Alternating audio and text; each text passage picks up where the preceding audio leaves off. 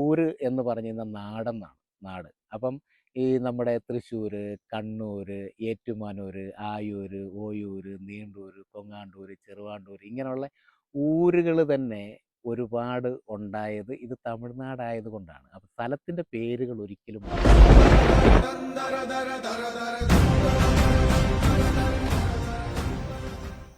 എല്ലാ സഹോദരി സഹോദരന്മാർക്കും എൻ്റെ നമസ്കാരം. ഞാൻ ഷൈബു. എൻ്റെ വേദമണിമുത്ത് എന്ന യൂട്യൂബ് ചാനലിലെ രണ്ടാമത്തെ വീഡിയോയിലേക്ക് നിങ്ങൾക്ക് ഏവർക്കും എൻ്റെ ഹൃദയം നിറഞ്ഞ സ്വാഗതം. കഴിഞ്ഞ വീഡിയോയിൽ ഞാൻ നിങ്ങളോട് സംസാരിച്ചത് കാവുകളും മനുഷ്യനും തമ്മിലുള്ള ബന്ധത്തെക്കുറിച്ചാണ്. ഇന്നത്തെ എൻ്റെ പുതിയ വീഡിയോയിലും ഞാൻ നിങ്ങളോട് സംസാരിക്കാൻ പോകുന്നത് കാവുകളും മനുഷ്യനും തമ്മിലുള്ള ബന്ധത്തെക്കുറിച്ച് തന്നെയാണ്. നമുക്ക് പുതിയൊരു വീഡിയോയിലേക്ക് പോകാം.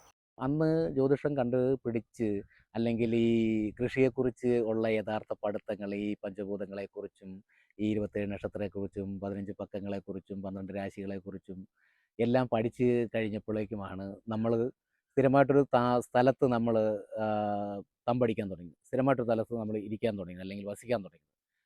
അങ്ങനെ വസിക്കാൻ തുടങ്ങി കഴിഞ്ഞപ്പോഴേക്കും ആ സ്ഥലങ്ങൾക്ക് ഊര് എന്നൊരു പേരിൽ അറിയപ്പെട്ടിരുന്നു. ഊരെന്ന് പറഞ്ഞു കഴിഞ്ഞാൽ തമിഴ് പദമാണ്. ഊരെന്ന് പറഞ്ഞാൽ നാട് എന്നാണ്. നമ്മുടെ കേരളവും കേരളത്തിലുള്ള നമ്മളും എല്ലാവരും നമ്മുടെ പൂർവികരെല്ലാം തമിഴാണ് സംസാരിച്ചു കൊണ്ടിരുന്നത്. അപ്പം അതിന് തെളിവ് കേരളത്തിൽ തന്നെ ഒരുപാടുണ്ട്. ഊര് എന്ന് പറഞ്ഞു കഴിഞ്ഞാൽ നാടെന്നാണ്. നാട്. അപ്പം ഈ നമ്മുടെ തൃശ്ശൂര്, കണ്ണൂര്, ഏറ്റുമാനൂര്, ആയൂര്, ഓയൂര്, നീണ്ടൂര്, കൊങ്ങാണ്ടൂര്, ചെറുവാണ്ടൂര് ഇങ്ങനെയുള്ള ഊരുകൾ തന്നെ ഒരുപാട് ഉണ്ടായത് ഇത് തമിഴ്നാടായത് കൊണ്ടാണ്. അപ്പം സ്ഥലത്തിൻ്റെ പേരുകൾ ഒരിക്കലും മാറില്ല. സ്ഥലത്തിൻ്റെ പേരുകൾ അങ്ങനെ തന്നെ കിടക്കും. അപ്പം അങ്ങനെയാണ് ഈ ഊരുകളുണ്ടായത്. ഇനി ഊരുകളുണ്ടായി കഴിഞ്ഞപ്പോൾ ഊര് മൂപ്പന്മാരുണ്ടായി. അതായത് അവിടെ ഏറ്റവും അറിവുള്ള ഒരാൾ പറയും. ആ ആൾ പറയുന്നത് മറ്റുള്ള ആളുകൾ, ആ കൂട്ടത്തിലുള്ള മറ്റുള്ള ആളുകൾ അദ്ദേഹത്തെ അംഗീകരിച്ച് അദ്ദേഹത്തിൻ്റെ വാക്കുകൾ അനുസരിച്ചാണ് മുന്നോട്ട് ജീവിതം പൊയ്ക്കൊണ്ടിരുന്നത്. അങ്ങനെ ജീവിച്ചാണ് നമ്മൾ കൃഷി ആരംഭിച്ച് നമ്മളൊരു സ്ഥലത്ത് സ്ഥിരമായിട്ട് താമസം തുടങ്ങിയത്. അപ്പം ഇങ്ങനെ വന്നു കഴിഞ്ഞപ്പോൾ ഇത് നമുക്ക് വെള്ളത്തിനുള്ള സൗകര്യവും കൃഷി ചെയ്യുമ്പോൾ വെള്ളത്തിനുള്ള സൗകര്യവും കൂടെ നമുക്ക് ആവശ്യമായിരുന്നു. അപ്പം ഇത് കൂടുതലും നദിയുടെ തീരത്തായിരുന്നു ഈ ഈ ഇങ്ങനെയുള്ള ജീവിതം ആളുകൾ കെട്ടിപ്പടുത്തിരുന്നത്. നദിയുടെ തീരങ്ങളിലായിരുന്നു. അപ്പം അങ്ങനെ നദിയുടെ തീരങ്ങളിൽ ഇവർ വസിക്കാൻ തുടങ്ങി. വെള്ള സൗകര്യത്തിന് വേണ്ടി കൂടിയാണ് അങ്ങനെ വസിക്കാൻ തുടങ്ങിയത്. അങ്ങനെ ഉണ്ടായ ഒരു സംസ്കാരത്തിനെയാണ് നമ്മൾ നദീതട സംസ്കാരം എന്ന് പറയുന്നത്. നമ്മളെല്ലാവരും പഠിച്ചിട്ടുണ്ട് ചെറുപ്പത്തിൽ നദീതട സംസ്കാരത്തെക്കുറിച്ച്. അപ്പോൾ അങ്ങനെയാണ് നദീതട സംസ്കാരം എന്ന് പറയുന്ന സംസ്കാരം തന്നെ നമ്മൾ നമ്മുടെ ഇവിടെ ഭാരതത്തിലുടലെടുക്കുന്നത്.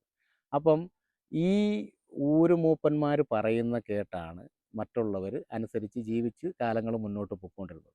പക്ഷേ ആളുകളുടെ എണ്ണം കൂടിയപ്പോൾ, അതായത് നമ്മൾ പാരമ്പര്യമായിട്ടുള്ള ആളുകൾ ഇങ്ങനെ മനുഷ്യൻ വർദ്ധിച്ചു കൊണ്ടിരുന്നപ്പോൾ നമുക്ക് മാറാരോഗങ്ങൾ അല്ലെങ്കിൽ ഈ ബാക്ടീരിയ പോലുള്ള രോഗങ്ങൾ, നമുക്ക് അണുബാധ പോലുള്ള രോഗങ്ങൾ നമുക്ക് ബാധിക്കാൻ തുടങ്ങി.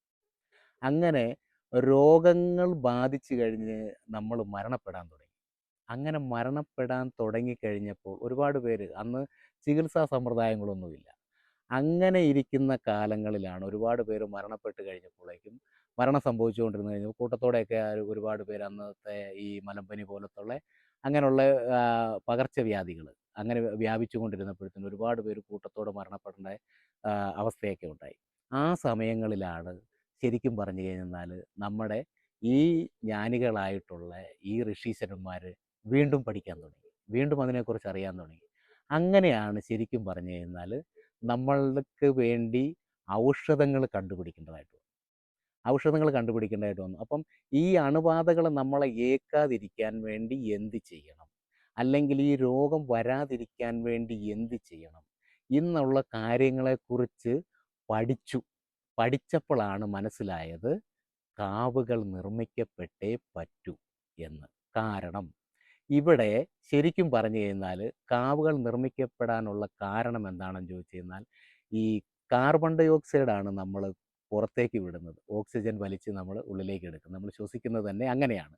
അപ്പം ഈ ഓക്സിജൻ നമുക്ക് കൂടുതൽ ഉൽപ്പാദിപ്പിക്കണമെങ്കിൽ അത്തി ഇത്തി അരയാൽ പേരാൽ കുമ്പളം കൂവളം പാതിരി പരക പെയ്യാനി എന്നൊക്കെ പറയുന്ന ഔഷധ വൃക്ഷങ്ങൾ വെച്ച് പിടിപ്പിക്കണമെന്നും അതിൽ നിന്നേ നമുക്ക് ഓക്സിജൻ കിട്ടത്തുള്ളൂ എന്നും പിന്നീട് നമ്മൾ വിടുന്ന കാർബൺ ഡൈ ഓക്സൈഡിനെ ഇതിനെ വലിച്ചെടുക്കാൻ വേണ്ടിയും ഇവിടെ വൃക്ഷങ്ങളുണ്ട്. അതാണ് ഈ കാഞ്ഞിരം, കരിങ്ങോട്ട, ആര്യവേപ്പ് എന്നൊക്കെ പറയുന്ന കയ്പുള്ള വൃക്ഷങ്ങളെല്ലാം ഈ കാർബൺ ഡൈ ഓക്സൈഡിനെ വലിച്ചെടുക്കാൻ കഴിവുള്ള വൃക്ഷങ്ങളാണ്. കയ്പുള്ള വൃക്ഷങ്ങൾ. കയ്പുള്ള വൃക്ഷങ്ങളെല്ലാം കാർബൺ ഡൈ ഓക്സൈഡ് വലിച്ചെടുക്കുന്ന വൃക്ഷങ്ങളാണ്. അപ്പം അങ്ങനെയാണ് ഈ ഓക്സിജൻ ഉൽപ്പാദിപ്പിക്കുകയും ചെയ്യണം, കാർബൺ ഡൈ ഓക്സൈഡിനെ വലിച്ചെടുക്കുകയും ചെയ്യണം. അങ്ങനെയുള്ള ഔഷധ വൃക്ഷങ്ങളും ഔഷധ ചെടികളും ഔഷധ വള്ളികളും കൂടെ കൂടിച്ചേർന്നിണങ്ങിയതാണ് കാവെന്ന് പറയുന്നത്.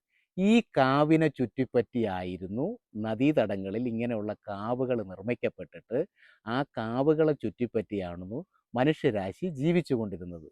അങ്ങനെയായിരുന്നു ആദ്യകാലങ്ങളിൽ. അപ്പം കാവുകൾ എന്ന് പറയുന്നതും മനുഷ്യനെന്ന് പറയുന്നതും ബന്ധമുണ്ടായത് ഇങ്ങനെയാണ്. നമ്മൾ ഏതൊരു മനുഷ്യനാണെങ്കിലും നമ്മൾ ഇന്നത്തെ കാലത്ത് ചുമ്മാ ഫ്ലാറ്റുകൾ കെട്ടി ഫ്ലാറ്റുകളിൽ മാത്രമാണ് താമസിക്കുന്നത്. ഫ്ലാറ്റുകളൊക്കെ ഇന്ന് കാട് പോലെയായി. ശരിക്കും യഥാർത്ഥത്തിൽ ഇങ്ങനെയുള്ള കാടുകൾ നമ്മൾ നിർമ്മിച്ചിട്ട് ആ കാടുകളെ ചുറ്റിപ്പറ്റിയായിരിക്കണം മനുഷ്യൻ ജീവിക്കേണ്ടത്. അപ്പോൾ അങ്ങനെ ജീവിച്ചെങ്കിൽ മാത്രമേ നമുക്ക് മുന്നോട്ട് നല്ല രീതിയിലുള്ള ജീവിതം നടക്കത്തുള്ളൂ. കാവും ജ്യോതിഷവും മനുഷ്യനുമൊക്കെ ആയിട്ട് ഒരുപാട് ബന്ധങ്ങളുണ്ട്. ഇനി വരും വീഡിയോകളിൽ നമുക്ക് അതിനെക്കുറിച്ച് സംസാരിക്കാം. ഓക്കെ.